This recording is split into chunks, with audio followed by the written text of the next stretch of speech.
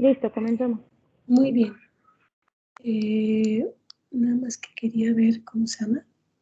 ¿Cómo puedo? Porque no, aquí en mi pantalla no me parece nada. O sea, así como para ver algo. O así ya estamos listos.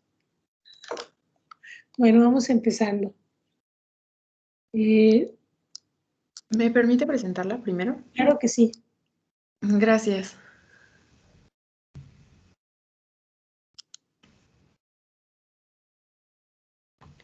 Buenas tardes de parte del comité organizador de la FLEX. Sean bienvenidas y bienvenidos a esta primera edición de Feria de Lecturas y Experiencias que organiza el Congreso Puebla de Lectura, una asociación civil y la Universidad Iberoamericana Puebla, en el marco del 16º Congreso Latinoamericano para la Lectura y Escritura. En esta primera feria, a lo largo de 2 días, viernes y sábado, habrá cerca de 50 actividades donde podrás encontrar presentaciones de libros y propuestas editoriales, mesas redondas, talleres y encuentro con autores. El carácter festivo de está acompañado de talleres y música, teatro y danza.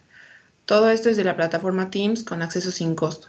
Iniciamos de manera virtual, pero pretendemos continuar en los años venideros, donde podamos encontrarnos de manera física, porque estamos convencidos de que los proyectos de lectura son necesarios para conocernos y reconocernos desde la palabra escrita. Valoramos mucho el esfuerzo de los colaboradores y las instancias involucradas y agradecemos a todas y todos las participaciones para sumar esfuerzos de ser de esta primera edición una propuesta interesante. Esperamos que la experiencia de este encuentro con la lectura y los libros sean gratificantes. A continuación, palabras e imágenes suspendidas, Petra, edición Travesía en 30, por la editora Peggy Espinosa. Presentación de un proyecto editorial. Gracias. Hola, ¿qué tal? Buenas tardes. Bueno, una disculpa. Lo que pasa es que no sabía cómo ingresar. Pensé que me iban a mandar al correo la liga, pero bueno, finalmente ya estamos aquí. Creo que podemos hacerlo breve y bien. Una pregunta, ¿ya pudieron descargar el archivo para compartirlo? No, maestra, se está descargando apenas. Bueno, entonces vamos empezando a platicar. Petra Ediciones, tenemos ya 31 años editando libros. Realmente ha sido una aventura súper interesante. En la editorial tenemos diferentes líneas de lectura, ¿sí? Porque realmente no podemos hablar propiamente de géneros porque son muy diversos y a veces son géneros híbridos, ¿sí? Cuando empezamos, ciertamente empezamos más enfocados a hacer libros de ficción, pero con el tiempo fuimos viendo que realmente podíamos hacer como otras propuestas narrativas donde de alguna manera la imagen y el texto tuvieran como su propio valor. Hay algunos libros que parten realmente de ideas a partir de conceptos gráficos, se resuelven los libros, y otros sí parten a partir de originales de colaboradores nuestros. Muchos de los libros son como proyectos hechos desde Petra con los autores. No es común, ¿sí?, que recibamos un original y a partir del original desarrollemos una edición, sino últimamente a partir de, ¿qué será? Como de 2000, no, del 96, empezamos a trabajar de esta forma, buscando de alguna manera a los autores, ya fueran autores gráficos o autores, ¿cómo se llama?, literarios, para ir haciendo los libros. Entonces, bueno, les voy a enseñar más o menos de dónde partimos. En Petra Ediciones tenemos diferentes formas de trabajo. Los libros que publicamos desde aquí y que vamos elaborando, pero también tenemos compra de derechos, ¿sí? Para nosotros es igual de importante esta compra y siempre tenemos en mente algo cuando compramos un derecho. Lo que nos interesa últimamente, yo creo que casi a partir de 94, 95, aunque antes todavía no sabíamos cómo nombrarlo, es poner en juego, como les digo, un laboratorio diferentes como lenguajes y diferentes narrativas. Empezamos con el libro de Érase una vez, ¿sí? Fue donde ya nos cayó propiamente el 20, ¿sí? Y es un libro, haz de cuenta, al que le tenemos mucho cariño, ¿sí? Porque realmente de aprendimos mucho. Es un libro de un autor francés, que él era maestro de mi hija en preescolar, ¿sí? Y aprendí mucho con él y con también con otro maestro de preescolar que se llamaba Philippe Pelton, ¿sí? Al ir aprendiendo cómo leen los niños, vi la importancia de realmente lo que era la imagen en la primera fase de lectura de los niños, pero también cómo la tipografía, las letras, los textos, primero los ven como imagen y realmente el sentido se va dando de otra forma. Entonces este libro, no sé si ustedes lo conocen, el de Érase una vez, porque creo que estamos poquitas personas, ¿verdad? Entonces a lo mejor lo conocen, se llama Era una vez tres hombres, ¿sí? Y empieza primero con una serie de palabras, digo, lástima que no podemos, ¿cómo se llama? Bueno, ver la imagen, pero aparece en una página la palabra érase, luego en una doble página una vez, y en la tercera doble página tres hombres. Y empiezan a aparecer imágenes de hombres, ¿sí? Aparece como unas imágenes de una pintura rupestre, aparecen tres hombres como en una oficina platicando, entonces dice, no, así tampoco. Luego aparecen tres personajes que son tres reyes que van caminando en un desierto y dice, sí, así, sí. Entonces va haciendo un juego de ir como adivinando de qué se trata. Entonces los niños al ver la imagen y al ir viendo las imágenes van deduciendo y van haciendo asociaciones. Esta historia de Érase una vez es de los tres reyes magos. Entonces, como es una historia, pues de alguna manera como tradicional, es muy fácil que los niños vayan primero viendo, asociando y después realmente aprenden a leer. Este libro tiene 96 páginas, ¿sí? Y ¿cómo se llama? Y realmente es muy divertida. Cuando se publicó en 94, eh, se, se, se, bueno, lo adquirió Libro del Rincón en aquel entonces y se publicaron, creo que alrededor de, es que aquí no tengo el dato, pero como cerca de 164,000 ejemplares. Y fue un éxito.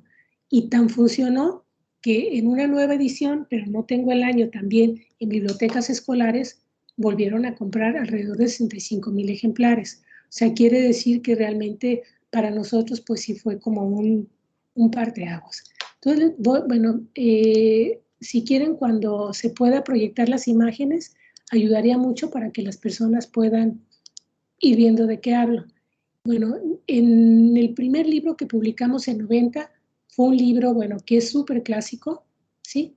Y bueno, un libro que se ha traducido mínimo, creo que alrededor de 18 diferentes idiomas, ¿sí? Entonces empezamos realmente sin saber, pero realmente como con una buena intuición, con un muy buen libro. El del Topito Virolo, de todo lo que pudo haberle caído en la cabeza, de Holzbart y de Elbrook, ¿sí? Es un libro realmente como muy conocido, eh, pues en todo el mundo, ¿no? Pero creo que en México también, bueno, aunque nosotros ya no tenemos los derechos desde hace varios años y lo han publicado otras dos editoriales, pero recientemente nos hablaron de Barcelona, de una biblioteca, de un coleccionista de topitos virolos en todas las lenguas, y nos dice que realmente conocían muy bien nuestra edición y saben que la traducción es muy peculiar y que realmente, ¿cómo se llama? Es de las que parece ser que ha tenido muchísima aceptación porque finalmente responde mucho a lo que es el humor mexicano, que hace como un cruce con la edición original, ¿sí? De la idiosincrasia alemana, que es un tanto escatológica, pero aquí el sentido de humor y el ir poniendo nombres a los animales realmente le da algo muy especial, ¿no? Entonces, bueno, El Topito Virolo fue el primer libro que publicamos, ¿sí? como les platicaba, tenemos diferentes líneas lectoras, ¿sí? Que son de referencia, pero también hemos trabajado mucho lo que podríamos decir como libros de referencia, pero a partir realmente de artistas gráficos. Una de las colecciones que tenemos, porque esa sí es una colección, son los de sombras, ¿sí? Que son solo imágenes recortadas en papel, en negro. Algunos libros tienen fondo de color, otras no, y realmente ha sido súper interesante, ¿no? Y empezamos a trabajar aquí un poco mirada sistémica al ir dejando que los niños fueran poniendo y haciendo asociaciones, poniendo palabras y haciendo historias a partir de las imágenes que iban encontrando, ¿sí? Después, otra de las, cuando ya realmente entramos a la propuesta actual, fue en el 96, ¿sí? Cuando publicamos la Lotería Fotográfica Mexicana, junto con los libros de sombras y animales en el agua de papel, ¿sí? Aquí realmente desdoblamos mucho porque empezamos a fijarnos ahora mucho en lo que eran las narrativas visuales, ¿sí? ¿Puedes irte a la página de la lotería, por favor? Es que ya se nos fue, pero bueno. Bueno, sí, muy bien.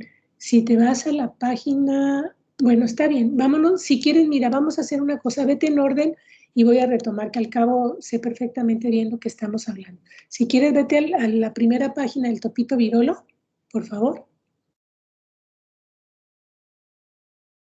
Bueno, ahí está el Topito Virolo, no sé si lo recuerdan.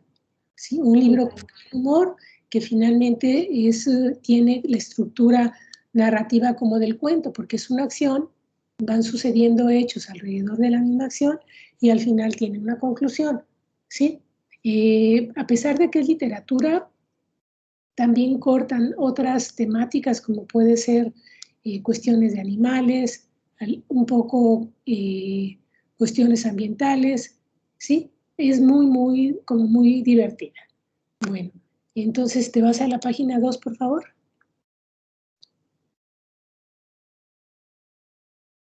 Bueno, ese es el libro que les platicaba de Érase una vez, ¿sí? Donde de alguna manera ya la tipografía empieza a tener como una imagen, ¿sí? Y va realmente añadiendo no solo en la forma, sino realmente cómo se va entrando en lo que es la prelectura, ¿sí? Y se termina de cuenta de leer una historia. ¿Puedes pasar a la página 3, por favor? Sí, ahorita les voy a hablar, voy a entrar con los libros de referencia muy rápido, ¿no? Aquí tenemos un libro, ¿sí? Que se publicó en 2006 y que de alguna manera se llama Del cacao al dólar y trata de la historia del comercio.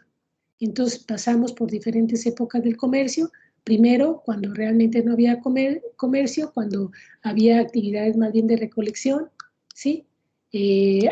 Después pasamos hace 500 años, cuando ya empiezan a domesticarse como varias de las especies, ¿sí? Y bueno, y empezamos un poco aquí sí ya con el trueque. Primero, antes de este trueque tenemos lo que es los mercados, ¿sí? Y como ejes tomábamos como formas de producción, en este caso, en la época de la colonia, lo que era la tortilla, pero también siempre hablando de qué elementos se componía la tortilla y un poco si era manual y cuántas tortillas se podían producir. Y aquí, como forma de intercambio, pues está el cacao. Por eso el libro se llama El cacao al dólar. Este es en el México, como quien dice, precolombino. En la imagen que tenemos a la derecha ya entramos a la colonia, ¿sí? Y bueno, y de alguna manera se empieza a ver ya los abarrotes, ahí usamos el pan como el elemento de alimentación, donde también tienen que entrar otros factores y también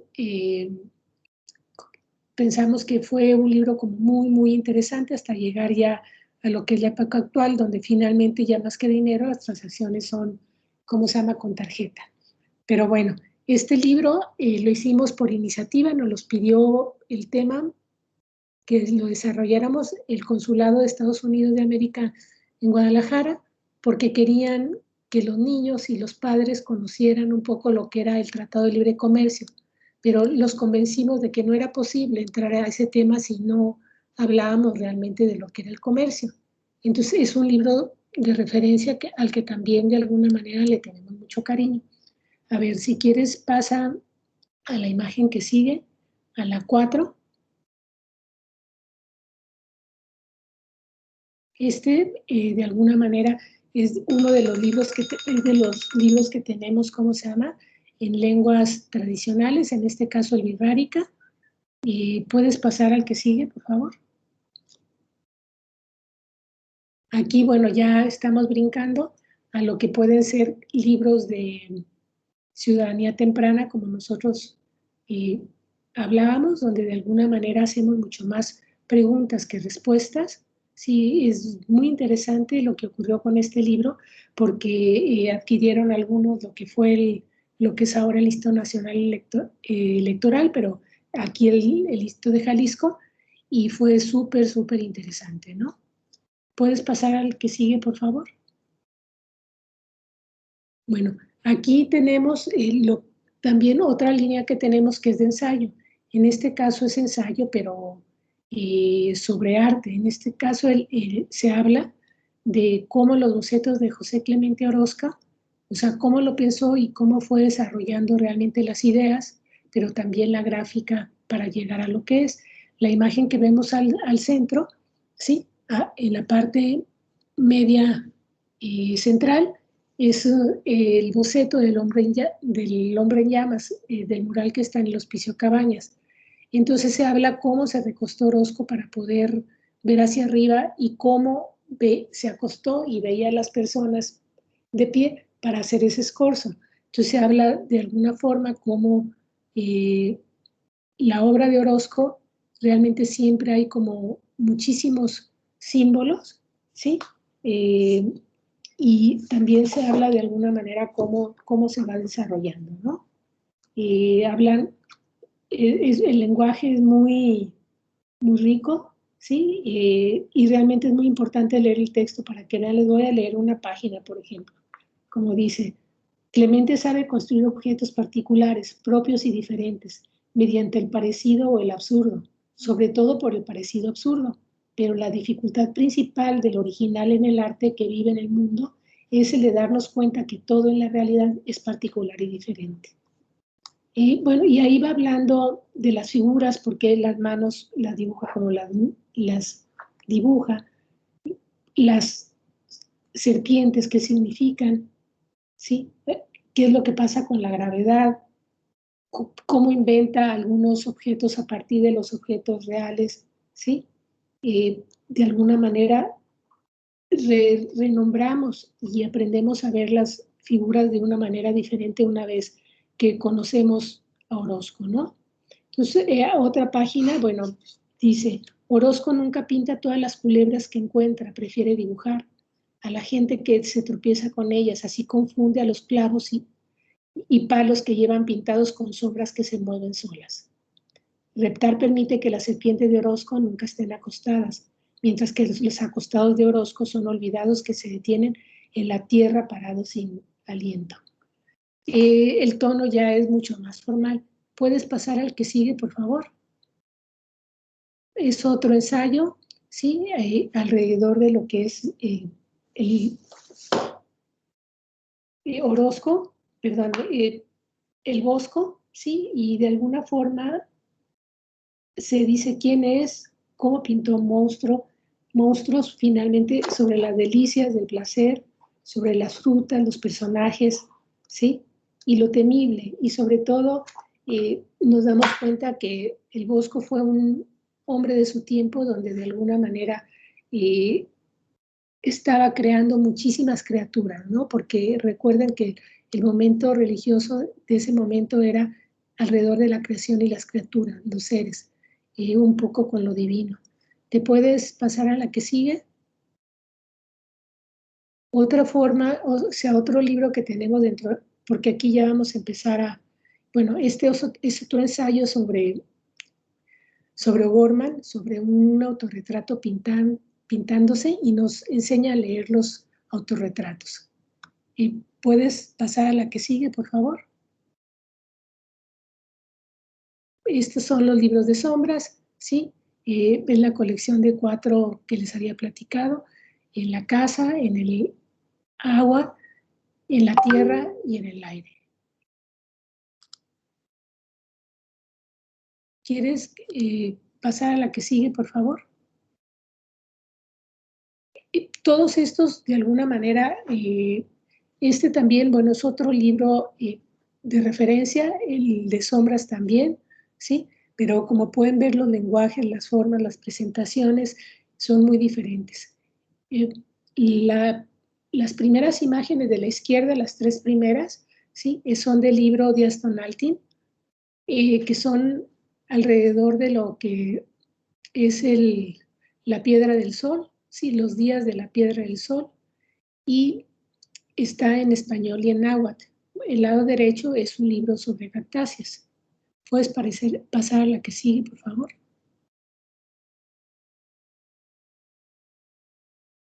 Este es un libro que es Bestiario Azteca, que lo publicamos, fue una coedición con el Museo Kibranli. Se hizo la edición en español y la edición en francés, ¿sí? Y las fotografías que aparecen a la izquierda es el Museo de Antropología en México y el derecho es la Sala Azteca en el Kibranli. Son las guardas del libro, ¿sí? O sea, aparecen animales, ¿sí? Que pueden ser aves, insectos, reptiles, mamíferos, que están en la cosmogonía azteca, y bueno, y ahí se pueden ver en el libro, o sea, estas fotografías pueden reconocer algunos de los animales que aparecen dentro del libro. Y hay un texto acerca del animal que se está describiendo. ¿Puedes, por favor, pasar a la que sigue? Bueno, este es un bestiario de la prehistoria, ¿sí? Que son pinturas en cuevas rupestres que están en Francia y en el norte de España, ¿sí? Que son las de Altamira, las de Chauvet, varias diferentes, ¿no? Entonces aquí están las imágenes nada más, pero por ejemplo, la imagen superior izquierda es de la bóveda de Altamira. Los otros son diferentes, pero como pueden ver a través de las imágenes, podemos ver como qué fauna había.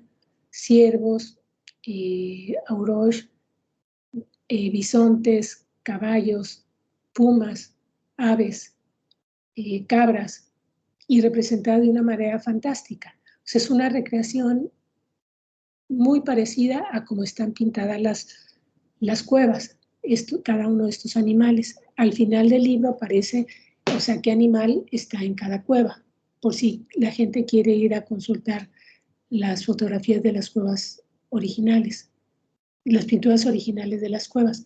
¿Puedes pasar al que sigue, por favor? Bueno, y como les decía, de alguna manera son como narrativas híbridas, porque realmente la calidad de las imágenes ¿cómo se llama?, de sombras de los libros de Yana, del bestiario, realmente podrían ser también libros de arte, aunque son también libros de referencia, por eso son difíciles de clasificar los libros. Cuando empezamos también con las nuevas propuestas, empezamos a pedir para hacer libros de arte para niños, artistas conocidos que si hacían una obra especial para un libro de Petra para convertirse en el libro.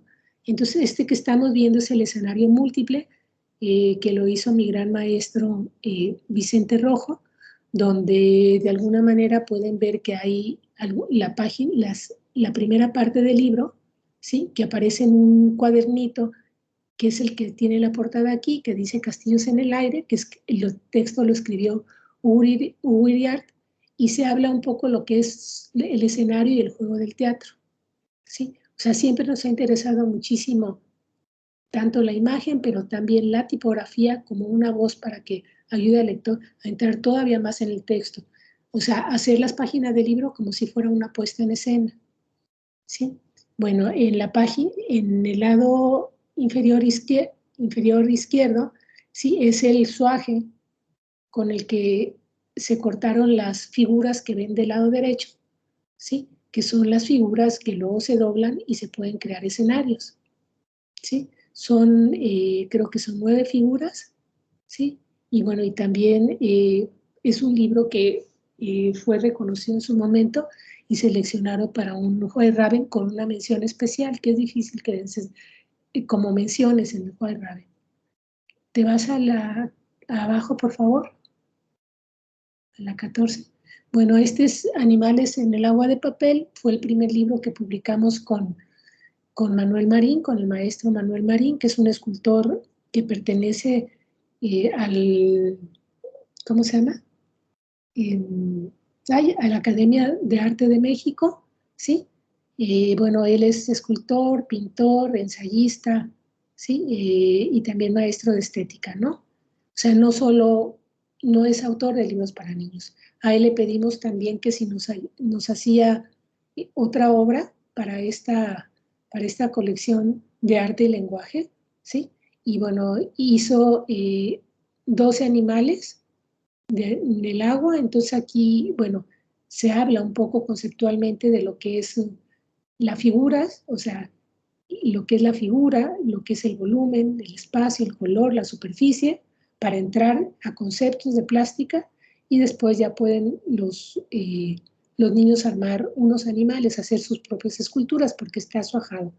Y acá hablamos de alguna manera qué es lo que inspira o cuál es la obra de Manuel y por qué hace estas esculturas con esta propuesta espacial. ¿Puedes pasar a la que sigue, por favor? Y bueno, aquí hay 2 obras también del maestro pintor y escultor Mario Martín del Campo. Sí, como él cuando era niño vivió en Guadalajara y cuando venían los hermanos Rosete les pedía que si lo dejaban retocar las marionetas y los títeres. Y bueno, y desde ahí es un apasionado del teatro y llegó a hacer escenografías, ¿cómo se llama? Para teatro, para algunas obras que se pusieron en Bellas Artes, para unas puestas de escenas en Bellas Artes, pero también en sus obras tiene muchos como telones y títeres y teatros como en volumen que ponen los capelos. Entonces a partir de ahí yo le pedí, como sabía que le gustaba el teatro, que se hacía un teatrino con diferentes telones y escenografías. Entonces el primero, el de la izquierda, es Títeres y Zarampahuilos, que tuvo muchísimo éxito. Tiene al principio un ensayo sobre lo que es sobre lo que es la fantasía, que escribió María Luisa Valdiria, y luego se habla de la obra de Mario, brevemente, y también hay una pequeña obra. Y así los que adquieran el teatro pueden construirlo, jugarlo, saber lo que es la fantasía y cómo se llama, o si no hacer una puesta en escena o crear personajes, porque tiene diferentes sistemas de títeres. El del lado derecho es Títeres Trashumantes, que es otro teatrino, sí, que también tiene un ensayo sobre seres de luz, más 9 textos de los 9 títeres que aparecen, de los nuevos personajes, y los textos los escribió Silvia Eugenia Castillero, que también es una gran escritora, ensayista y poeta. ¿Puedes pasar al que sigue, por favor? Bueno, después sí, aquí están, ¿cómo se llama? Los animales en el aire de papel, del lado derecho, que también son del maestro Manuel Marín, que es uno de los grandes amigos y colaboradores de Petra, con quien hemos aprendido juntos muchas cosas alrededor de lo que es el libro. ¿Puedes, el que sigue, por favor? Bueno, aquí hay 2 libros, los 2 primeros columnas a la izquierda que son sobre animales y el lado derecho sobre flores, se llama Primavera y tiene un premio de IBI, premio al mérito editorial. ¿Ya terminamos? ¿O seguimos? Bueno, es que el tiempo se nos acabó. Sí, está muy bien. Pues una disculpa. Ahora sí que no llegamos más que a la mitad. Pero ni hablar. Muchísimas gracias, ¿eh?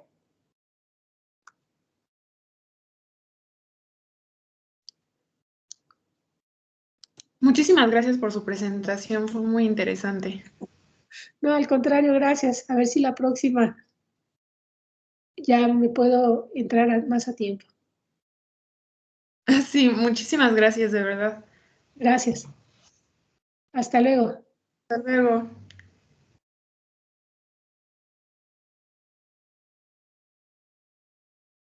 Creo que teníamos preguntas, pero salió muy rápido. Bueno, Sí, pues ya creo que sí. finalizamos la sesión. Muchísimas Sí, gracias a todos. agradecemos a todos. Ay, perdón, ¿quieres comentar algo? No, adelante. Bueno, que agradecemos a todos su asistencia y los invitemos a seguir participando en las actividades correspondientes a la feria. Gracias. Hasta luego.